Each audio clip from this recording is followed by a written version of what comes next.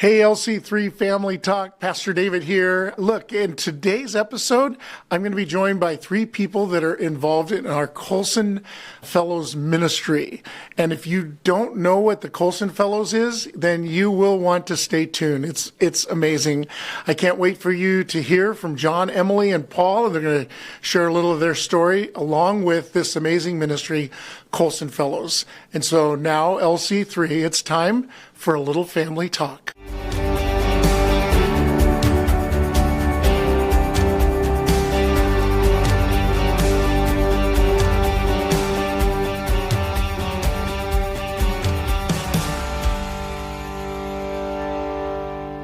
Well, hello, LC3 Family Talk. So glad that you are here. I'm going to have a great time today with a few of my friends as we are going to talk about the Colson Fellows, which you're going to hear all about that.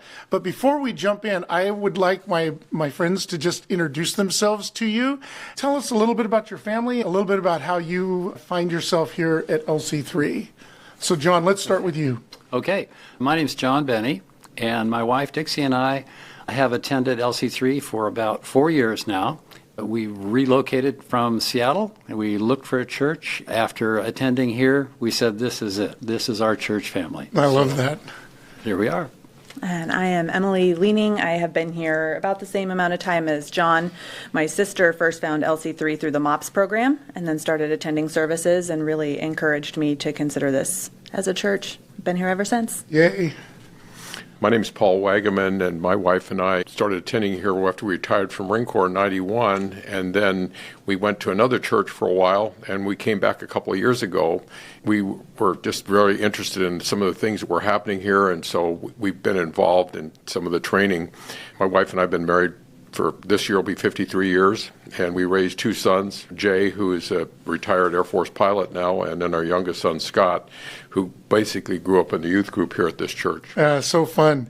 I'd love to hear a little bit about, how did you come to know the Lord? What was your faith journey like? I finally accepted the Lord when I was about 34, after basically trying life on my own. How'd that go? Not well. Not well. I kind of fell into the trap of being self-reliant. I can do this. I can manage life. And yeah, God, I've got this. Yeah, I've got it. I got this one, right? And, of course, that doesn't work. I was at a point in my life where I finally, slow learner, finally realized that I needed Jesus in my life. Who was it that helped? We were attending another church, and I had a pastor that basically patiently and it just wore me down. I finally realized I don't have the wherewithal to manage family and life and that sort of thing. And so that was in August of 1983. Nice. All right. Emily, how about you? And I would say I have one of those boring testimonies. We like boring. It's okay. It is a blessing to have one of these boring testimonies. Amen. I was raised in the church and accepted Christ at a very young age, and I have been involved in church my entire life. It's great. I basically grew up in the church too. My mother was from Australia, and she was Church of England and was really not a Christ follower at that point in time when she married my father right after the war. I was born in 48, and so I was told that I was carried to church on a pillow in my mother's lap all those years. My mother became a believer a few years after I was born, and so we went to every Sunday school class, every youth group thing all those years. And when I was about 13, we had an evangelist come through and do special meetings, and that was an opportunity for me where I accepted Jesus then as my Lord and Savior because it was the real truth. Mm-hmm.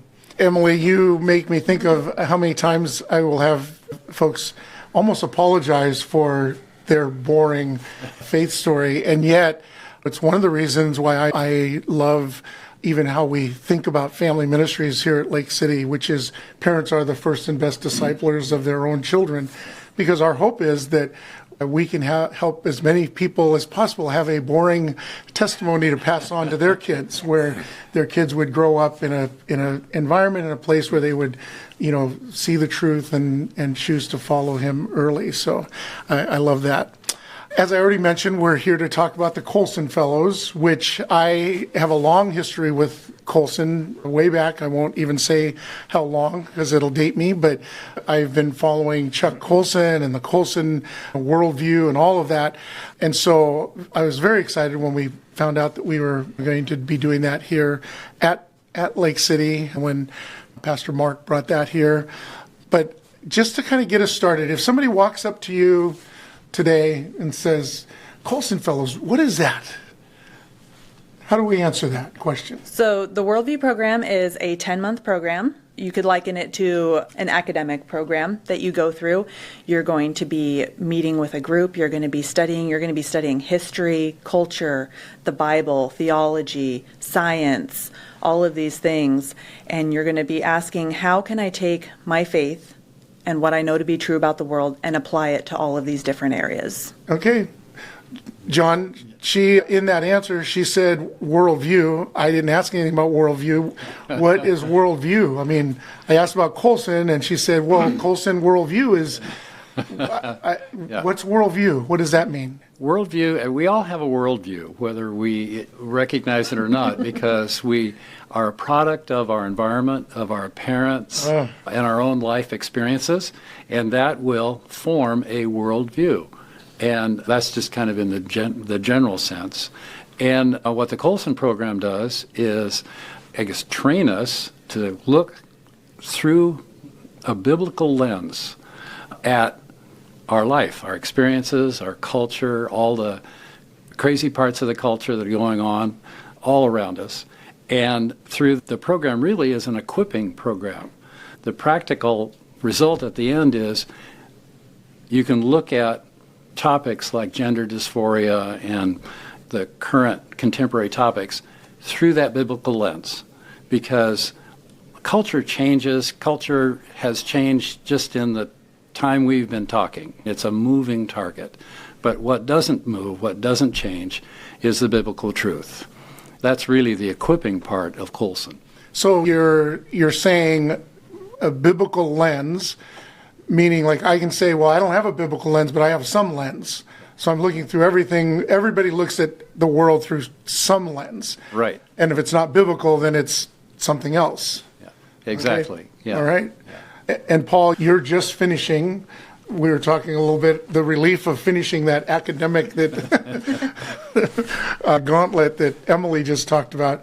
What do you add to this conversation about what Colson Fellows to you this year? Well, I sat on the Clover Park School Board for 14 years, and early on in my time on the school board, I said in public that I have a biblical worldview. I filter everything through a biblical perspective. And so people got frustrated with me, but the thing that the Colson Fellows program does, it gives you the foundation and the background that you need to know to explain what a biblical or Christian worldview really is. And it just makes you stronger in being confident to be able to share truth with your friends and neighbors who you talk to. Yeah, and in full disclosure, I went through the Colson Fellows, and so I'm asking you questions that obviously I have opinions on as well, but I know for me, just adding to what Paul just said, it also helped me answer things with a little less of an edge to it. I was often able to speak into things, but sometimes I was a little less loving and more direct. And so I love just the ability to have a winsome response to some of the things that maybe come up. Mm-hmm. So that's good. The other word that comes to mind when I think of Colson Fellows is the word apologetics, because apologetics is another one of those words out there that we hear. And so I'd love to just take a second to unpack, what do we mean? How would you define apologetics? My definition would be being able to explain the gospel to someone else in terms that they understand and that are actionable. In other words, the straight theology is beyond a lot of people's understanding. But what does that mean in life, and how to share that truth in something, in a way they can live with, understand, live with, put into action? Yeah, that's good. You know, most of us think we're living our story. It's my life, my story. But really, apologetics is trying to understand what God's story is and how we fit into God's story. And that's one of the things that this course was very helpful in putting those pieces all together, so that God created us. Yeah. And I often think of apologetics as kind of those big questions. Who am I? Why am I here? All those questions that everybody's asking at some point in their life, whether they're willing to admit it or not. And then we, of course, with a biblical worldview, are trying to look at the answers to those questions in light of God, right? It's one of the things I loved about Colson, because it was such a clear view of the gospel: creation, fall, redemption, restoration. And when you look at everything through that lens, you get a big picture view, or you get to see it through God's story, which is such a great way to consider life and to look through life. If I may, I think one of the things that I took away as a student was we are all made in God's image. All. And there's a period at the end of the sentence. It's not qualified by people don't look like me, they don't talk like me, and no, all. And that affected my view. I think that's one of the principal changes, or one of the things I took away from that first classes, or the first time through. Was apologetics something that you guys knew about or thought about before Colson, or was this new to you? Well, it wasn't new to me. We're always going to witnessing to people, helping them, or the four spiritual laws, all the different things we've used to try and get people to understand who Jesus is and the promise and a life-changing decision you can make. But I think some of the books we got a chance to read, the one book where the author was seeking all of finding Jesus. That story was amazing, and it talked about his classmate at Williams and Mary, I think is the school he was at. He just kept asking the simple questions. What would it take you to believe in Jesus? It was three things. Jesus was born of a virgin.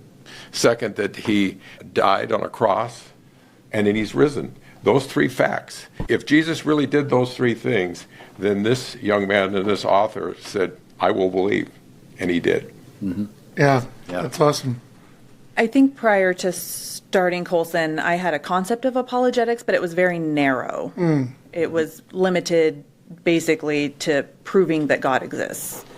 And through Colson, I've been able to see that apologetics is basically defending everything about the Christian faith, and that extends into the issues of identity and creation and what we are created for, and back to that creation, fall, redemption, restoration. Apologetics is tied into all of that. I was so narrowly focused on that, but Colson really helped me understand that this applies to everything. In the political world, you always tell you to have your elevator speech, so that you can get, and the creation, fall, redemption, restoration, for us is with a biblical worldview, that's our elevator speech. You can use that everywhere without a problem. And I think the piece that's really important, that we're created by God in his image.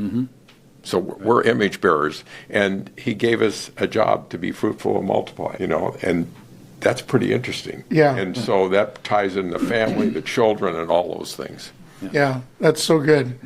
Whenever you start using words like apologetics or worldview, I think sometimes, or even the litany of things you went through, I think people can initially go, oh no, stay away from me.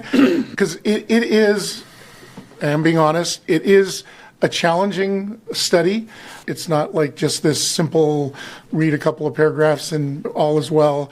At the same time, it's doable. So talk a little bit about your experience going through this. I was one of those that had to take the entire year to finish all of the material, but I was so grateful to have done that. But I'd love to just kind of hear, what did that look like? How was it to go through this really heavy lift for a year? Well, I'm not going to lie. It is, when you start, the first couple of weeks, you're like, what have I gotten myself into? You look at the syllabus. We're reading 14 or 15 books. There's assignments every week. But as you get into it, it is, I would say it's very doable. I work full-time. Pretty much everyone in the program works full-time. We all have very busy lives. But this is structured to be accessible for everyone. That may require you to make some substitutions in your life. Maybe you step away from a home group or another Bible study and devote the year to Colson. That's something that's very doable. The assignments it's very well structured. It's structured kind of like a college course where you have an online platform and you have your assignments every week you work on. And if you are just faithful in doing your assignments every week, you will do fine. I would totally agree with Emily. Staying on top of the thing is the most important thing. I was a remedial this year for me because my first year I got behind and just couldn't catch up. So I took it a second year, and so this year I finished. But even then I got behind a little bit because I do handyman work, so I was working 60 hours a week, also a BSF group leader, online group leader. So that takes a fair amount of time, You're an overachiever. And then I had this course. One of the things that really helped, I got all the books online and listened to them between job sites. And so I could get through the books that way. What I got behind on is I don't type. And so that was pretty frustrating for me to, sometimes I'd get it all typed in there with my one finger, then it would dump somehow and I'd lose it. That was frustrating. But it's just amazing to get done. I had to be done by May 7th to be able to walk for the commissioning ceremony and stuff. And the day I got finished, I had to tell John, I said, I made it, John. I'm 100%. Good job. Way to go. Was there anything that surprised you about Colson? You go in with a thought like, okay, this is what I'm signing up for. What surprised you? The realization along the way of answers to some of the theological questions. As Paul mentioned, it's God's story. Apologetics are really God's story.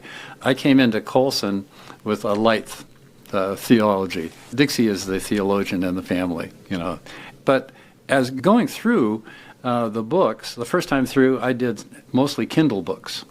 But what's happened since then is I'm replacing all those books with hardcover books because I want to be able to go back and I want to write in and that sort of thing. But I think bringing clarity to what I thought my theology was, and as I mentioned earlier, we are all image bearers. We are all made in God's image. And the people you see on the street that you would in past have a real clear idea of how they got there and why they're there and that sort of thing, none of that's true, really. We are all created in God's image. You mentioned sometimes you were a little harsh, and well, I think I could certainly say the same thing. You're predisposed sometimes in your opinion of people, and you're usually wrong, That's a thing that I learned over the course of the class. I've had the opportunity to hear subsequent classes, the rich discussions that we have in class. We meet twice a month, and it's all about what did you learn in this book, or what are the current topics that catch your eye as you're trying to follow the news, and how does that relate back? And within some structure, the discussions are very rich, and I know that my job was mostly guardrails. Sorry, we're nearly out of time. Yeah. We have to go to the next. And that has just been so rich for me. That's great. Yeah, I think it's easy to look at the syllabus and think I've basically signed up for a 10-month book study. But it's really so much more than that. There's such a variety of learning in there. They provide videos and podcasts and webinars. And yes, you're reading a lot of books. But I think the real benefit is meeting as a group in the cohort twice a month, because that's where you're really sharpening each other. Mm-hmm. You're taking what you've studied and applying it to a scenario or a real world situation. And asking questions. You're asking questions and you're working this out. How would I truly respond to this person? Mm-hmm. And that's where it gets really practical, I think. Right. Yeah. Paul, anything surprise you? No, I would say I wasn't surprised. I was just impressed with. Well, of course, you'd already done part of it once, so that's you were an old man. That's true, but how can you be a merchant of truth? I shared that I sat on the school board, and so were there some times of conflict, and so there were times I felt I wasn't heard, and was it because the words I was using? Was I being maybe too caustic in some ways? And so how, and just as you shared, Dave, how do you mellow our tone and our choice of words out to make a difference? And Colson's book, How Now Shall You Live, is we spent a lot of time on that. And it's not just about accepting Jesus. That's the first part of this. But then how are you going to live every day? How's that going to affect your life with your children, with your family, with your community, and in elected positions? You know, I've been around Colson a lot of my life, and he was linked up with the moral majority, Jerry Falwell. And their whole solution was, well, we'll just get everybody be elected, be a Christian, and then everything will be solved. And pretty soon they realize that doesn't work. It's not through human strength. It's not through human strength. It's through God. But then that doesn't mean we don't do anything. What are the things you do? How can you make a difference in your home, with your children, or in your community? How do you do that? They really help you do that, and I think some of the discussions that Emily talked about in our cohort meetings really helped that. Yeah, that's good. I think for me, as I had mentioned, I had a history with Colson, so I knew a lot of what he had a podcast for a long, long time and had been listening to it for years. And so I knew a lot about his worldview material. And so I think for me, I came in expecting it to be, knowing it would be outstanding information on worldview and a biblical worldview. What I was surprised at was, because I thought the theology side of it was going to be very light, that it would be really good worldview and okay, we'll mention God here and there. That was really a pleasant surprise for me. It was just the richness of the connection of creation, fall, redemption, restoration with all the rest of the material. What was your favorite part of Colson? Like when you look back, and you may have already mentioned it, but when you look back, like what was your favorite thing? Well, I would say the cohort discussions. I said they're very rich discussions. Coming into the discussions, I would have the rereading that I did and some thoughts and that sort of thing, but I could say most every time I had some sort of an aha moment. I wouldn't have thought of it that way. And the diversity of opinion and background and experience just it makes the discussions wonderful. So Great. Yeah. And I really loved the variety of materials we were exposed to. We read one particular book that was a history book, and I felt like I was slogging through it. I'm like, why are we reading this? How is this relevant? But the beautiful thing about Colson is it's kind of like drinking from a fire hose. You're just getting all of this input, and then as you go along, you're like, oh, now I see how this is fitting into the creation, fall, redemption, restoration framework. Yeah. And then once you start making those connections, it's like you get the big picture. It's your aha moment. I'm with Emily, the variety of things we got a chance to read about and talk about. I got to add one, Dr. Glenn Sunshine book on history, which was probably one of the harder ones to summarize in the questions that we had to do. But it was interesting. I went to the National Prayer Breakfast this year, and we got a chance, a VIP tour to the Bible Museum. And we were in there, our VIP tour guide took us to where they had this big mosaic. This mosaic was probably 12 by 12, something like that. And it was taken out of one of the home churches that was right next to a Roman prison. And the interesting thing that she was telling us, she said, this is signed by a Roman centurion. And so I went up to her afterwards. I said, well, you know why the Roman centurion signed that, don't you? She said, no. That's one of the things we're researching. I said, well, Dr. Sunshine talked about the Romans started abandoning children. They would leave girl children out on the street because they did not value girl children. And so what happened is the Roman families, they didn't have young women for their men. So where did the soldiers end up going to? To the Christians who went and adopted these little girls. And then raise them in a Christian home. And so now you have a centurion, the tour guide at the Bible Museum, she says, this is amazing. And I said, well, I hope to see Dr. Sunshine at this event when I'll be there in a week from now. And I'll tell him that story, because I'm sure he's not aware of that. Yeah, that's great. So when you think of Colson, who do you recommend? Because we're in this season right now where you're starting to look at signups for next year's cohort. Who do you recommend to take something like Colson? Not necessarily a new believer, because you do have to have a foundational understanding, whether you call it creation, fall, and so on. But almost anybody else. Our class has been diverse in both gender and age. It's multi-generational for sure. Whatever we are in our life, as a parent, I'm a grandparent. husband, member of a community group, which for me is Colson, almost anybody, I would say. I would only say if you're just figuring it out, this would be overwhelming. But if you've given your heart to Jesus and you've got the basics, we say jump in. Jump in. Anyone want to add anything? I truly think any age would benefit from it. Something that has come up multiple times in our cohort this year is some of the Colson Fellows in training has said, I wish I did this 20 years ago when my kids were young. Of course, older believers can benefit from it, but just the foundation it provides you that you could share with your children with their young would be so invaluable. Thanks for sharing that, because I know my wife would be mad at me if we didn't say something about that. You know, we are a family equipping church, which means we believe parents are that first and best discipler.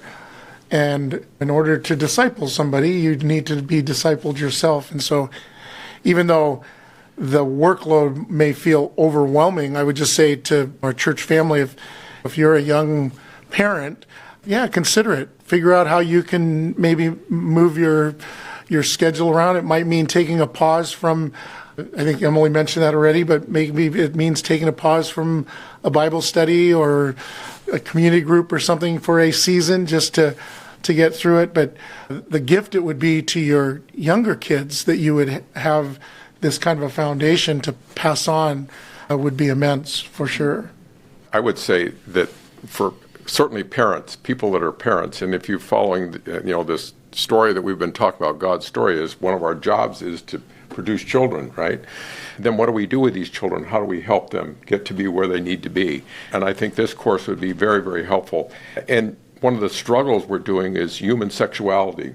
We haven't done a very good job in the church, in my experience, in all my years of being involved in church. And I think this course would really helps us look at human sexuality. How do men treat women? How do women treat men? And then how do we help our children understand those role models? Because God's plan is that there's a mother and father in the home raising their children, solving their adult problems. And everybody has adult problems. Yeah.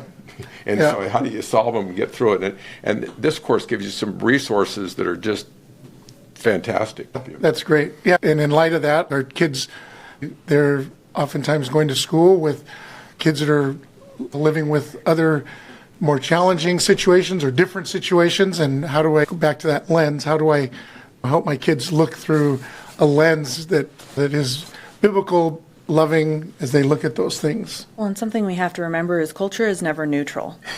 So I understand the temptation to want to just hide under a rock and, stay in your little bubble, but that's not the reality of what we're dealing with. The culture is out for your kids, and so you need to equip them. Yeah, and we're called for that. And we're called to be a light. Correct. Right? We just had a sermon on that a month ago or so. You guys, thanks for coming. As we kind of wrap up, I'd love to just hear, what are you excited about this coming year? What are you looking forward to this coming year? Well, one of the things they had us do in this course that I thought was interesting, and initially I said, because next month I'll be 78, and I'm going, how many more steps do I have on this planet? How many are left?